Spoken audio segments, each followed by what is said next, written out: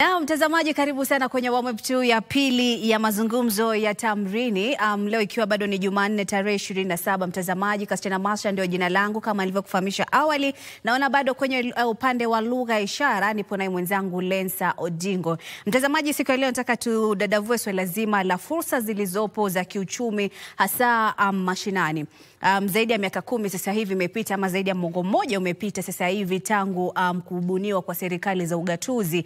Je, tumeweza kupata ile maendeleo yanayostahili? Kwa sababu maendeleo ndio yanayokuza uchumi wa eneo fulani. Lakini mashinani, je, wakazi wa mashinani hasa wameweza kuwezeshwa vilivyo? Tukizungumzia swala zima la uchumi na ustawi wa uchumi. Mgeni wangu anafahamika kama Rogers Bosi, ambaye ni mjasiriamali katika eneo la Hamisi kule kaunti ya Vihiga. Karibu sana, na tuanza na swala zima la kama nilivyotanguliza kwamba ni zaidi ya mwongo mmoja, yani zaidi ya miaka 10 tangu tulipopata serikali za ugatuzi, kumaanisha kwamba tulikuwa tunatarajia maendeleo mengi ambayo yalikuwa yanafanyika katika serikali kuu ama katika miji mikuu basi yaweze kuletwa katika serikali za ugatuzi ama kule mashinani. Je, unazungumziaje swala zima la maendeleo katika mashinani, maeneo ya mashinani baada ya miaka 10 ya ugatuzi? Karibu sana Bwana Rogers. Asante sana Kasichana. Kwa majina ni Rogers Bosi, nikiwa mfadhili wa Bosi Foundation. Na kujibu swali lako, ningependa kusema ya kwamba kwa miaka 10 kuna mambo machache ambayo yamefanyika, ambayo ni mazuri, ambayo tunaweza kusema yanaweza kusaidia wananchi katika mambo ya ugatuzi, na vile serikali imejaribu kusaidia wananchi, ambayo tutaongelea kidogo tukiendelea. Lakini bado changamoto kubwa ambazo huwa ninaziona kule mashinani ni kuhusu mambo ya kazi, ajira, ya kwanza. Ya pili ni mambo ya afya. Kuna watu ambao hawawezi kupata dawa vizuri, bado wako kule mashinani wanapata wako na shida. Na pia mambo ya karo, kulipia watoto mambo ya school fees kwa mashule. Hizo ndio mimi huona kama ni changamoto 3 kubwa zaidi baada ya hii miaka 10 ya ugatuzi. Yeah. Na je, unaweza sema kwamba changamoto hizi zimechangiwa na nini? Nini imepelekea kupata changamoto kama hizo? Kwamba sasa hivi bado kuna tatizo la kupata huduma za afya, masuala ya elimu. Kipi kimepelekea kuendelea kushuhudiwa kwa hizi changamoto? Nafikiria mambo ya kazi. Kazi kwa vijana, ajira kwa watu imekuwa ni changamoto kubwa. Ingawa kwa hizi miaka 10 kuna mambo mazuri serikali imefanya. Kwa mfano kuna mambo kama Hustler Fund.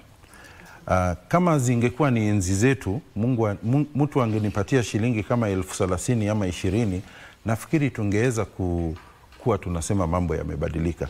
Lakini serikali imetoa fedha nyingi, unapata kama ni mabilioni kadhaa. Hizi pesa zikichukuliwa, saa zingine hazilipwi, hazirudishwi, na saa zingine unajiuliza ni kwa sababu hawajawafundisha watu vile wanaweza kufanya biashara ama vile wanaweza kuwekeza, ndio kwa sababu haifanyi kazi. Kwa hivyo upande mmoja huwezi kulaumu, utasema kweli serikali imejaribu kutoa zile fedha. Lakini wale watu wanaohusika ama viongozi wetu wameweza kuwafundisha wale ambao wanachukua hizi mikopo, wajue vile wanaweza kuwekeza ndio waweze kupata faida na vile wanahitajika. Hiyo ni changamoto moja kubwa ambayo ninaona kwa hiyo upande ya ajira, na ndio kwa sababu tunapata hizo shida. Ukiangalia kwa upande ya afya imekuwa iko na bei ghali sana. Ukitaka kwenda hospitali unapata watu lazima wanauza mashamba, ama mtu lazima ajitoe, wakuje pamoja watengeneze group ya kuchangia mtu aende hospitali. Ingawa kwa wakati huu serikali imekuja na huu mpango wa SHA. Na ingawa watu wanaukashifu sana, mimi mwenyewe nimeweza kuona ya kwamba nimelipia watu fulani pesa za SHA na wameenda hospitali, wametibiwa, wengine wamefanyiwa surgeries ambazo ziko kubwa. Sio hapo ndio mahali moja unaweza kusema wanajaribu, lakini ukiangalia kule mashinani kuna ile changamoto ya watu kuweza kujipeleka hospitali kujitibu kwa sababu ya ukosefu wa fedha. Yeah. Kuna dhana kwamba unaposoma maisha yakiwa magumu pale kijijini, basi njia moja ya kutoboa ni kuja mjini. kwamba tunaamini kwamba fursa nyingi zipo tu jijini ama kwenye miji mikuu. Unazungumziaje hiyo dhana? Ni jinsi gani tunaweza kubadilisha hiyo dhana miongoni mwa wale vijana ambao wanahisi kwamba mashinani hakuna nafasi za kujikuza, nafasi za kujiendeleza kiuchumi, mimi mpaka niende mjini ndio nitoboe, kwamba ukija Nairobi basi wewe ndipo umefika, kwamba maisha yako yataenda kubadilika? Nafikiri kwa siku za kitambo hapo awali hiyo ilikuwa mtindo, ndilo lilikuwa jambo. Manake ungepata kwa kimombo wanasema urbanization. Hapo ndio tulikuwa na zile opportunities za kazi. Lakini kwa wakati huu hakuna ajira. Urbanization inafanyika kule vijijini. Mambo ya ugatuzi ikileta maendeleo vijijini, itawezekana ya kwamba vijana wataweza kupata kazi huko. Kwa hivyo bado ninarudisha hili swala kwa viongozi wale ambao wanaongoza kama counties zetu na wale wanaongoza kule mashinani. Ni jambo gani wanaweza kufanya ili waweze kutengeneza vitu kama viwanda ndogo ndogo ama kufanya hizi program za empowerment za watu kule mashinani, ndio waweze kupata riziki yao kule. Kuna vitu vidogo vidogo unaweza kufanya, kama sio lazima ajira iwe ni ile yenye umevaa tai. Kuna vitu ambazo mimi huona zinasaidia sana.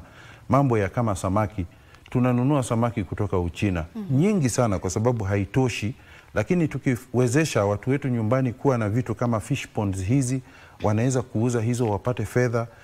Kuna wamama huwa wanakuja pamoja, unapata wakipanda mboga ama waekeze kuku, atapata chakula chake nyumbani na pia ataweza kwenda kwa soko auze kitu fulani pale ili aweze kufanya mambo mengine pale.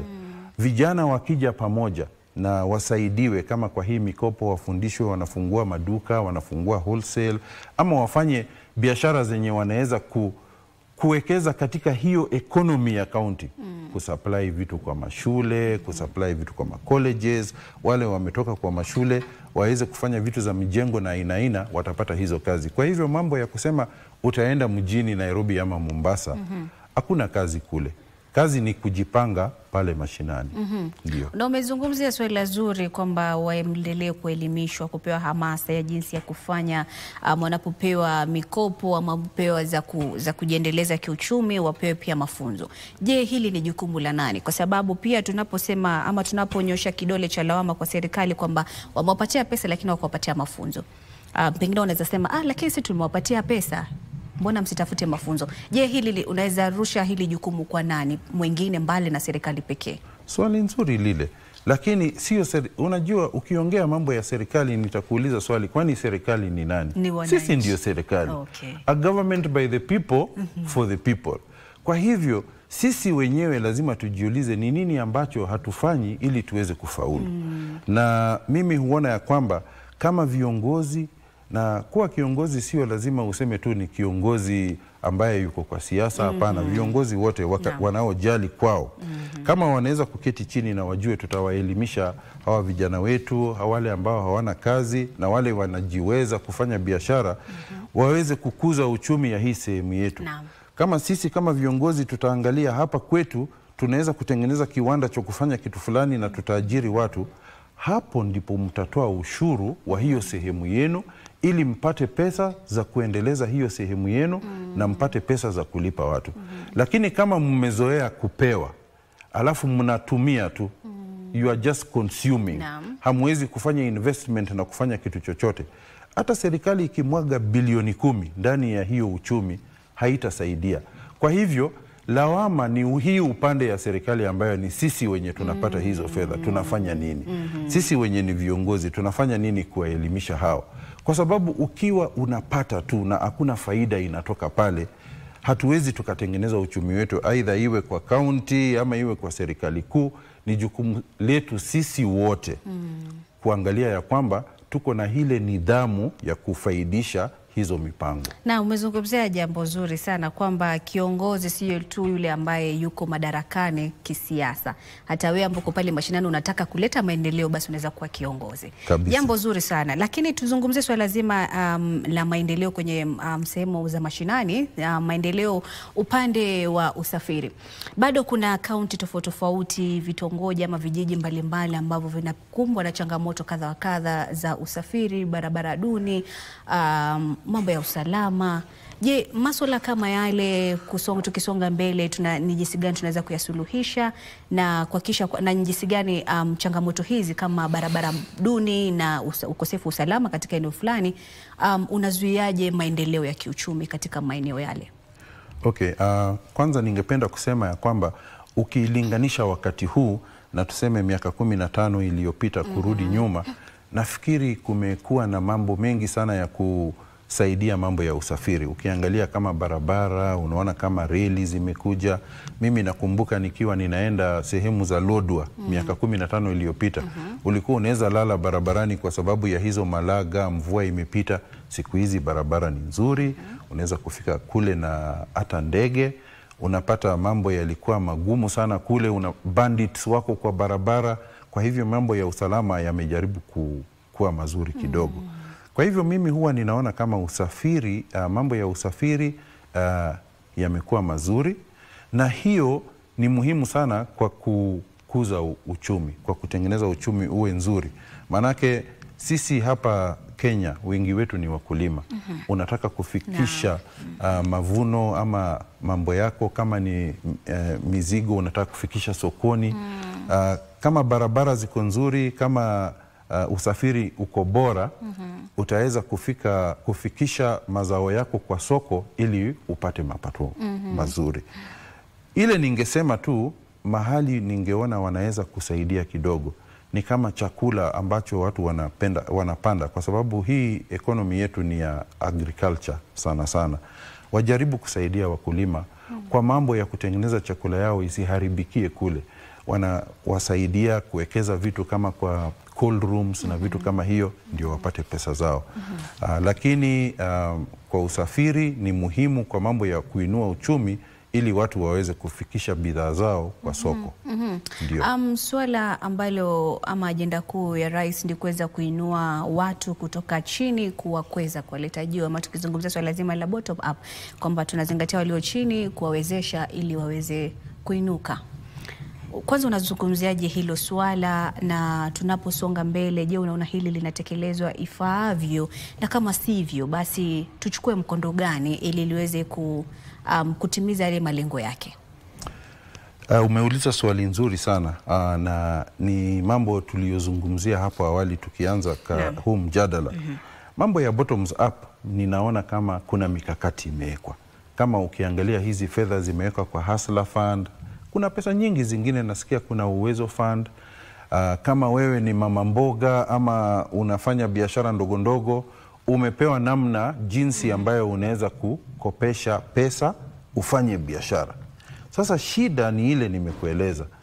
Aidha hatujafundisha watu wetu vile wanaweza kufanya hivyo, ama hawana nidhamu ile ambayo inaweza watengeneze hizo faida, kwa sababu utakopa hizo pesa alafu hautazirudisha kwa sababu ulizitumia kwa mambo mengine. Utaweza kusema umekopa pesa za kufanya biashara na ulipie mtoto karo kwa sababu haukuwa na karo. Sasa hauna njia ya kulipa. Kwa hivyo ninaona tukiwa tunaweza kupata hiyo nidhamu ya wale ambao wanakopa hizi fedha kufanya biashara na kuweza kutengeneza faida, ili pia hao walipe ushuru kidogo, kwa sababu ushuru saa hii inalipwa na watu kidogo kidogo, wale mko kazini ndio mnalipa. Wakiweza kutengeneza hizi biashara zisimame, watumie zile fedha vizuri, tutaweza kufaulu. Kwa hivyo bottom up ni nzuri kulingana na vile matarajio yake ikitumika vizuri yako. Lakini sasa sisi kama ile pande ingine ya serikali tunafanya nini kuhakikisha ya kwamba ile kidogo tunapata inaweza kufanya vile inatakikana ndio uchumi wetu uinuke. Hapo ndio changamoto. Lakini kwa nini bado watu wanapochukua hii hela ambao walikuwa wamechukua waende watumie kujiendeleza kimaisha na kiuchumi, wanaihamisha kuja kusuluhisha matatizo mengine? Kwa nini tuwe katika nafasi hiyo? Shida ni mingi kwa sababu ninaona kama gharama ya maisha iko juu. Shida ziko nyingi, nilikueleza kuna mambo ya karo, kuna mambo ya afya na kuna mambo ya kazi. Lakini ukiwa na biashara ni lazima ukuwe na nidhamu, ujue hizi pesa ni za biashara. Liwe liwalo, nitachukua sehemu kidogo ya hizi nijisaidie nayo, nitarudisha hii na nitaweka kiwango fulani ya kusaidia biashara yako. Usipokuwa na hiyo nidhamu, kutakuwa na shida. Shida ziko nyingi sana. Hata ukiwa katika biashara na kampuni yako, utapata kama kuna mtu mgonjwa anahitaji kutibiwa ama anahitaji milioni fulani. Ukitoa pesa zote hapo upeleke pande hii, si utakuwa umeangusha. Kwa hivyo ndio hayo mafunzo yako muhimu sana, kujua vile utabalance. Ukiuza vitu kwa duka lako, sio lazima uchukue hizo fedha zote uende nyumbani ufanyie kitu fulani ama ununue shamba. Ujue hii biashara ndio inakulinda, na hii biashara unaweza kufikiria kwa mawazo yako ukajua ni binadamu kama wewe. Ukichukua pesa zote utoe hapo, umeua hiyo biashara. Naam, kuna wengine wanasema kwamba wamewezeshwa kwa sababu ni vitu ambavyo hata mimi mwenyewe nimeweza kushuhudia kutoka eneo ambalo mimi natokea, kwamba kuna vijana wameweza kuwezeshwa, wamepewa hii mikopo ya serikali za kaunti, wameanzisha miradi, lakini baada ya muda, unajua kama vile biashara tunavyokuwa na changamoto, baada ya muda wanasikia kwamba ule mradi wao ulifeli.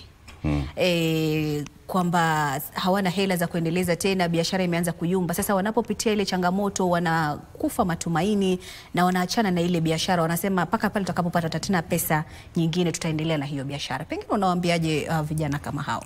Sasa mwanzo ni hivi. Tunapopeana hizo mikopo, tusipeane kwa kupendelea. Tunapoangalia zile business plans hawa vijana wanaleta ama kikundi kinaleta, ni lazima tuone ya kwamba hii itaweza kufaulu, kwa sababu kuna mambo mengine mtu anaweza kukuletea business plan fulani na unajua tu hii haitaweza, lakini kwa sababu mnajuana unampatia hizo fedha na anaharibu. Waangalie hizo business plans, wajue ni kitu inawezekana. Waongee na hao vijana, waweze kuwafundisha. Ninafikiria kuna kitu ilikuwa inaitwa Youth Fund. Youth Fund pia huwa wanatoa hizo fedha. Fundisha hawa vijana namna ya kufanya pesa na fanya biashara, na sio lazima hizo pesa zitolewe zote mara moja. Utasema ya kwamba hii biashara yako itatoka hapa point A paka point C. Kwa hivyo ukitoka hapa ufike hapa, tutakuongezea fedha fulani kama incentive. Ukitoka hapa ufike hapa, utaongezea pesa fulani. Kwa hivyo mtu anafanyia kazi hiyo pesa. Sio lazima mtu akwambie niko na biashara hapa ya shilingi milioni 1 alafu unampatia yote, akipotea imeanguka.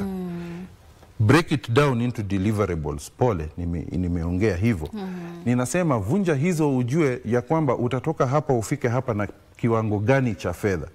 Tukiweka hiyo nidhamu katika kufundisha vijana wetu ama wanabiashara wetu wadogo, hiyo kazi itakuwa sawa. Na hiyo lawama, nitasema ya kwamba serikali iko na mpango mzuri, lakini wale ambao wamepewa hiyo jukumu ya kuitekeleza hawaitekelezi inavyofaa. Wajaribu kuitekeleza kwa hiyo njia ambayo itarudisha return on investment kwa serikali. Wengine wanasema mimi sina mkono wa biashara. Mimi sioni kama kuna mkono wa biashara. Biashara ni vile utaweza kuweka hiyo nidhamu, uko na maono, umeangalia katika soko, umeona kuna kitu fulani kinatakikana mahali, alafu hiyo kitu hakuna, we mwenyewe umejipanga, bei zako ni nzuri kushinda za wengine, umeng'ang'ana na wengine ili upate hiyo biashara. Unajua kuongea na watu ili wakuje kwako wapate hiyo biashara. Mimi sioni kama kuna mkono ya biashara na hakuna mkono ya biashara. Ni vile tu wewe mwenyewe umejituma katika ile kazi unataka kufanya. Bila shaka.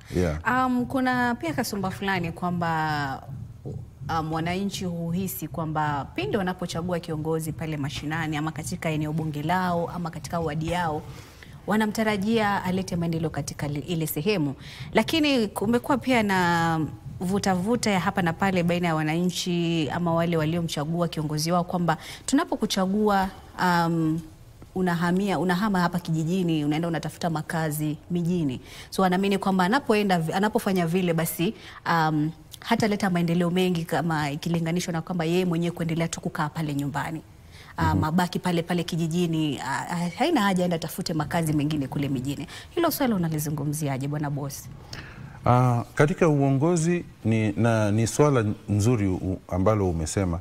Nafikiri kwa wakati huu vile mimi huwa ninasikiza, watu wameanza kujua wale viongozi ambao wanaenda pale kujitafutia na wale viongozi ambao wanaenda kusaidia wananchi. Na tunawaona tu viongozi wale ambao wakishachaguliwa wamepotea, hawasaidii watu wako na shida nyingi sana. Lakini kwa wakati huu ni kama watu wanaerevuka. Na wasipoerevuka ni lazima waerevuke.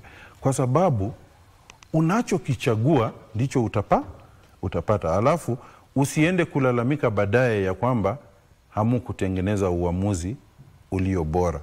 Wananchi pia waangalie, wakiona wale viongozi wako namna gani, ako na sera gani, ni mtu ako na maono gani, anaweza kututoa wapi, atupeleke wapi. Na wale ambao wanafanya kazi kwa wakati huu wapewe nafasi yao wafanye kazi. Lakini akishamaliza huo muhula wake ama hiyo miaka 5, ni lazima aseme ni vitu gani ambazo zimefanya. Na hata si lazima yeye mwenyewe aseme, zitaonekana tu. Ukikaa mahali unasema, ukienda sehemu fulani kuna kiongozi fulani, ukiangalia ile stadium iko pale, yeye ndio alijenga. Legacy things, vitu ambazo zinaonekana na zinasaidia watu, si ndio? Lakini kama tutaendelea kuchagua viongozi ambao hawatujali, ambao hawawezi kutuambia vile wanatumia fedha zetu, ambao wanajiona kama hao ni vibaraka, ni kama Mungu mdogo ambao tunatakana tuwe tunamwangalia tukimsujudia, tutapata shida. Watu wachague viongozi ambao wanaweza kuwasaidia, ambao wako na maono kama yao, ambao wanajua shida zao na wanaweza kuwaelekeza hapo mahali ambapo jamii yao ama ambapo community yao itafaidika. Wewe si kiongozi, lakini kuna miradi anuwai ambao umeweza kunigusia tulipokuwa kabla tuanze mazungumzo haya. Kipi kilikupa motisha kuweza kufanya jambo kama hilo, kurudi eneo lako, kijijini mwako, kuweza kuanzisha miradi mbalimbali? Kwanza utatuambia kipi kilikusukuma ama kilikupa msukumo kuanzisha kitu kama hicho, na umepeleka miradi ya aina gani katika sehemu yako? Asante sana. Mimi nafikiri ni hivyo ndivyo nilivyozaliwa. Manake tangu niwe mchanga, wale watu ambao mimi nilikulia mashinani, sikukulia tauni. Mimi ni kijana wa pale mashinani, mahali ninatoka panaitwa Chemongo Village huko Vihiga. Na nilikulia huko, ninajua vile changamoto za watu ziko huko na kila kitu. Nikabahatika kusoma vizuri, nikafanya zile kazi nzuri, nikaanza kufanya biashara, na sio kusema ya kwamba nimefaidika sana. Kuna watu wengi ambao wako na vitu vingi kunishinda. Lakini mimi huona ile kidogo ninachopata ama ile faida ninayopata, ninaweza kutoa sehemu fulani nimsaidie mtoto wa jirani ama yule mtu mwenye hana, ili pia hao wainuke. Manake tukikuwa wengi tutaweza kusaidia jamii kwa njia kubwa zaidi. Na si kufanya tu pale nyumbani peke yake. Hata mimi husaidia watu wengine nje ya kule. Lakini kwa sababu wanasema charity begins at home, mimi huona kama itakuwa ni jambo la upumbavu sana usiwe unaweza kusaidia watu wako wa nyumbani na usaidie wale watu wako mbali. Niliangalia kwa mashule, ninaona kuna watoto ambao wako na akili ya juu zaidi, wanaweza kwenda mbali, lakini saa ingine ni mayatima, wengine wao wazazi wao hawana karo, na wanaweza kupata hizo grade kwa kusomea zile shule zenye ziko tu pale nyumbani. Kwa hivyo mimi huwa ninawa encourage na wanasomea kwa zile day schools pale nyumbani. Na nimechukua karibu watoto 120 wale ambao ninasomesha, na wanafanya vizuri. Hawa ndio watakuwa viongozi bora wa kesho, hawa ndio watakuwa wawekezaji, hawa ndio watakuwa wanabiashara. Kwa hivyo kama watu 100 ama 200 katika mahali ninapotoka wanaweza kujitokeza wakafanya kitu kama hiyo, si unaona tutakuwa tuko sawa sawa, tutakuwa tuko mbali kidogo. Manake unaweza kukuwa na vitu vingi, lakini usipogawanya na watu wengine ama kuwasaidia, mimi huona kama wewe ni mtu bure tu. Mbali na kusomesha hawa wanafunzi, je, kuna miradi mingine ambayo umeweza kuileta kule, na imeleta tofauti gani miongoni, kama ni umehusisha vijana ama umehusisha kina mama ama kama ni wazee? Je, unalenga kundi gani na imeleta tofauti gani katika eneo lako? Nimesaidia vikundi kadha wa kadha, na hayo ni kwa sababu ya malengo yao wenyewe. Huja kwangu wananiambia, kama vikundi za wamama, wengine wanaekeza kuku, wengine mbuzi, wengine wanataka kupanda mboga wauze sokoni. Na nimeona ya kwamba ukisaidia hizi vikundi, unapata kuna wale walikuwa wanakuza kuku, kwa wakati huu wako na ng'ombe kadhaa wanaendelea nazo. Kuna vijana nimejaribu kuwasaidia wakikuja pamoja, kama wale wa bodaboda waanzishe mambo kama hizi spare part shops ziko. Kuna wale nimepatia car wash machines. Kuna vijana wengine nimewapatia mambo ya vinyozi, zile vitu ambazo mtu anaweza kufanya kutumia skills zake. No, kwa wakati huu kuna pia vikundi fulani ninajaribu kuwasaidia na mambo ya samaki. Hivi karibuni nitaenda kuona ya kwamba tunaweza kufanya mambo ya samaki, kwa sababu sio nyama tu ya ng'ombe yenye watu wanatakana kukula. Kuna nyama pia wanasema ya samaki, na hapa Kenya tunaleta samaki hata kutoka kule Uchina kwa sababu hazitoshi. Wanaweza kuweka hizo samaki wauze. Kwa hivyo mambo kama hayo madogo madogo, lakini yanaweza kusaidia jamii kuweka chakula kwa meza na kupata hela kidogo kidogo. Watu wenye mimi husaidia ni wale tumeketi chini nao na wamenieleza jambo ambalo wanataka kufanya, na pia hao huchangia katika hayo mambo. Sio ya kwamba mimi nitatoa ile usaidizi yote. Utapata kuna vikundi zingine hata wanatoa 60%, na mimi ninawasaidia tu na kidogo ile yenye itawasaidia waende mbele. Na tukirudi kidogo, utakuwa unaniambia kama hii imeleta mabadiliko gani, na unaambiaje wakazi wengine ambao wako na uwezo wa kuweza kusaidia wengine katika jamii, unawaambiaje kidogo tu, kwa sababu kuna shughuli ambayo inaendelea sasa hivi katika eneo la Karen hapa jijini Nairobi, ambapo namba waziri wa usalama Bi Soipan Tuya anaweza kuhutubia katika taasisi ya ulinzi hapa jijini Nairobi katika mji wa Karen. Acha tuende hapo tumsikilize mtazamaji. To achieve this. The significance of the National Defense College cannot be overstated. Its alumni include distinguished leaders such as Generals Jeremiah Kianga, Julius Karangi, Samson Mwadede, Robert Kibochi, and the late General Francis Ogola, all former chiefs of the Kenya Defense Forces.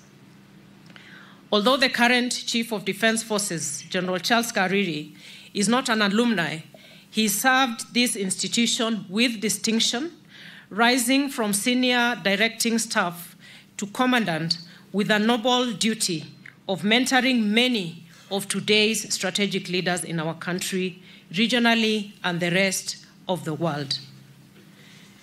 And beyond military, NDC alumni have assumed high-level roles across government ministries, and it is worth mentioning. They include the Deputy Head of Public Service, Mr. Amos Gadesha, who is here with us, the Deputy Inspector General, Kenya Police Service, Mr. Eliud Kipkoech Lagat, Director of the Directorate of Criminal Investigations, Mr. Mohamed Ibrahim Amin, Chief Conservator of Forest, Mr. Alex Lemarkoko, the first female Deputy Director General of Kenya's National Intelligence Service, Ms. Agnes Shikuku, the Director General of Immigration Services, Ms. Evelyn Chelugate, Ambassador Stella Mokaya Orina, who is Kenya's ambassador to the Federal Republic of Germany, among many, many other strategic leaders. Their leadership reflects the deep and lasting influence of this crucial institution. And regionally, alumni such as Tanzania's General Venance Mabeyo, Malawi's General Paul Ferry, and Uganda's late General Aronda Nyakairima have led with distinction. Their accomplishments underscore the regional value and shared doctrines fostered by the NDC. The transformation of NDC into one of the constituent colleges of the National Defense University Kenya, chartered on 27th of May 2021, did indeed mark a new beginning. NDUK, now a specialized degree awarding institution of strategic national significance. Its mission to align military and civil education with Kenya's evolving strategic needs is already yielding results. In November 2024, the university graduated its second cohort, demonstrating its capacity to shape future leadership in the security sector. During the graduation, His Excellency the President. Hiyo ni hafla ya kufuzu katika chuo cha kijeshi hapa jijini Nairobi katika mji wa Karen. Mengi zaidi mwanahabari mwenza yuko sehemu hiyo, basi atatujuza yanayojiri katika kongamano hilo. Naam, tukimalizia kwako Bwana Rogers, mkwa tumezungumzia nimekuuliza swala la tofauti iliyoletwa na hii miradi ambayo umeweza kuanzisha katika eneo lako. Je, imeleta tofauti gani katika eneo lako, na unaambiaje wale ambao wamewezeshwa pengine kifedha ama wako na uwezo wa kuelimisha vijana kuhusu jinsi ya kujiendeleza kiuchumi? Asante sana.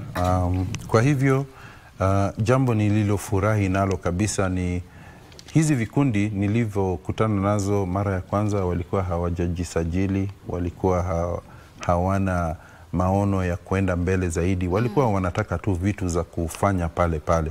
Lakini sasa wamejisajili, wako katika groups zile ambazo wanaweza kwenda mahali ama kwenda katika mahali wapate mkopo wa kuwasaidia waendelee zaidi. Na huwa bado ninasimama nao kwa zile miradi wanazofanya. Kwa hivyo sio mara ya kwanza vile waliokuwa wanakuja hawakukuwa wamejipanga vile wanaweza kupata biashara. Na sasa hivi ni vikundi zile ambazo zimesajiliwa. Wanaweza kwenda mahali wakaketi wakasikizwa. Wanaweza kuwa na business plan yao kidogo ya kusema ya kwamba sisi tulikuwa tunaweka kuku, sasa tunaweka mbuzi, tunataka kufanya kitu fulani, watasikizwa. Unaona, tunataka kukuza samaki, hivyo watasikizwa. Kwa hivyo tumechukua zile hatua kidogo kidogo, lakini kuna mwelekeo ambao mahali ambapo tunaenda. Je, kuna changamoto unakumbana nazo? Ndio. Kuna zingine huwa pia bado zinafeli. Kuna zingine pia mnaweza mkaanzisha, mkapanga vizuri na unapata ya kwamba zimefeli. Kwa mfano, nitakupa tu mfano mmoja ya vijana wengine niliwapatia mashini ya kufanya car wash mahali kuna mtoni, walikuwa wanaosha pale mtoni, lakini kwa sababu zile fedha zote walikuwa wanazipata wakizitumia, ukifika pale wanakuambia hatuna pesa za mafuta tena tupatie. Sasa zile changamoto za nidhamu kwa zingine huwa ziko. But kuna wale ambao wameendelea vizuri, kama wale wako na spare parts shop, ninawaona wanaendelea. Tunahisi ya kwamba hapo mbele itakuwa sio spare parts shop ya pikipiki, lakini iwe ni ya magari. Kuna wale nimekuambia walianza na kuwekeza kuku, sasa hivi wako na ng'ombe za maziwa. Tunahisi ya kwamba wanaweza kusonga mbele kidogo. Ile shida tuko nayo ni ya kwamba mimi ninasaidia kwa njia yangu ya kibinafsi ambayo ni ndogo, lakini hizi groups zikiwa zinaweza kwenda kwa mikopo, ziweze kufaulu kwenda kwa kitu kama hiyo Hustler Fund ama Uwezo Fund ama Youth Fund, watajisaidia. Na ningependa pia kuwahimiza wale wengine wote ambao wanaweza kusaidia mtu mwingine, hata kama ni kumpeleka mtoto mmoja shule ama kuwasaidia kikundi kuweza kusimama na kufanya mambo yao.